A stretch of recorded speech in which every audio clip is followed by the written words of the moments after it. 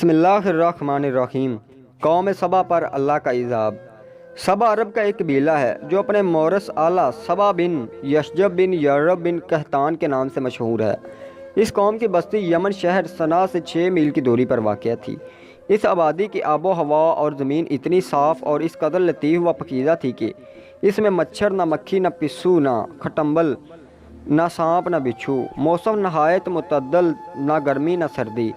یہاں کے باغات میں کثیر پھل آتے تھے کہ جب کوئی شخص سر پر ٹوکرا لے گزرتا تو بغیر ہاتھ لگائے قسم قسم کے پھلوں سے بھر جاتا۔ غرض یہ کہ قوم بڑی فارغ البائی اور خوشحال میں امن و سکون اور آرام چین سے زندگی بسر کرتی تھی، مگر نعمتوں کی کثرت اور خوشحالی نے اس قوم کو سرکش بنا دیا تھا۔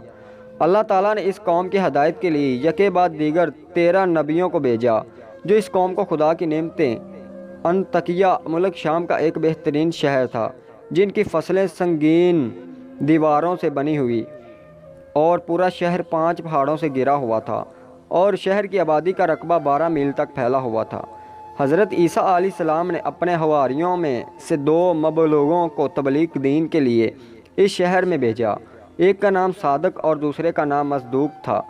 جب یہ دونوں شہر میں پہنچے تو یاد دلا کر اللہ کے عذاب سے ڈراتے، مگر ان سرکشوں نے خدا کے مقدس نبیوں کو جھٹلا دیا، اور اس قوم کا سردار جس کا نام حماد تھا وہ اتنا متکبر اور سرکش آدمی تھا کہ جب اس کا لڑکا مر گیا تو اس نے آسمان کی طرف تھوکا، نعوذ باللہ، اور اپنے کفر کا اعلان کر دیا اور علانیہ لوگوں کو کفر کی دعوت دینے لگا، اور جو کفر کرنے سے انکار کرتا اس کو قتل کر ڈالتا، اور خدا عزوجل کے نبیوں سے نہایت ہی بے ادبی اور گستاخی کے ساتھ کہتا تھا کہ آپ لوگ اللہ عزوجل سے کہہ دیجئے کہ وہ اپنی نعمتوں کو ہم سے چھین لے۔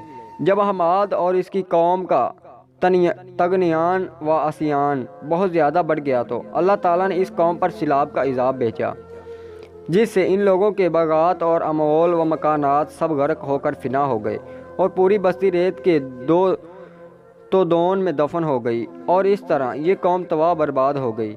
ان کی بربادی ملک عرب میں ضرب المثل بن کے رہ گئی۔ عمدہ اور لذیذ پھلوں کے باغات کی جگہ چھاؤں اور جنگلی بیروں کے خاردار اور خوفناک جنگل اگ گئے، اور یہ قوم عمدہ اور لذیذ پھلوں کے لیے ترسے۔ سیلاب کس طرح آیا؟ قوم سبا کی بستی کے کنارے پہاڑوں کے دامن میں بند کر ملکہ بلقیس نے 3 بڑے بڑے تالاب نیچے اوپر بنا دیے تھے۔ ایک چوہے نے خدا عزوجل کے حکم سے بند کی دیوار میں سوراخ کر دیا، اور وہ بڑھتے بڑھتے بہت بڑا شگاف بن گیا، یہاں تک کہ بند کی دیوار ٹوٹ گئی اور ناگہان زوردار سیلاب آ گیا۔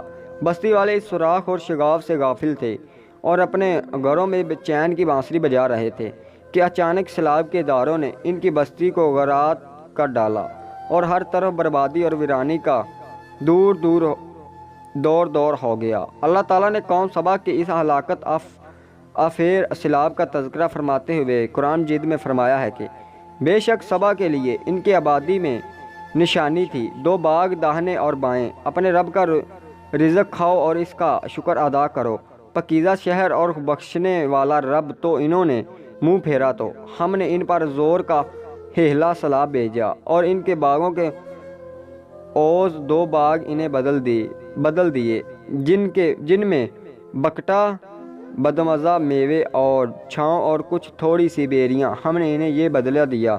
ان کی ناشکری کی سزا، اور ہم کیسے سزا دیتے ہیں اس کو جو ناشکر تھی، ان کی سرکشی اور خدا عزوجل کی نعمتوں کی ناشکری کے سبب سے ہوئی۔ ان کو بد عملیاں اور خدا عزوجل کے نبیوں کے ساتھ بے ادبیاں اور گستاخیاں جب بہت بڑھ گئی تو خدا قہر و جبار کا قہر و غضب عذاب بن کر سیلاب کی صورت میں آ گیا اور ان کو تباہ برباد کر دیا۔ دوستو، اگر ویڈیو میں کوئی مسٹیک ہو جاتی ہے تو کمنٹ سیکشن میں ضرور بتائیے گا، اور ویڈیو اچھی لگی تو ہمارا چینل سبسکرائب کرنا نہ بھولیے، اور اللہ آپ کو اپنے حفظ و ایمان میں رکھے اور آپ کی نیک خواہشات پوری کرے، آمین۔ جزاک اللہ۔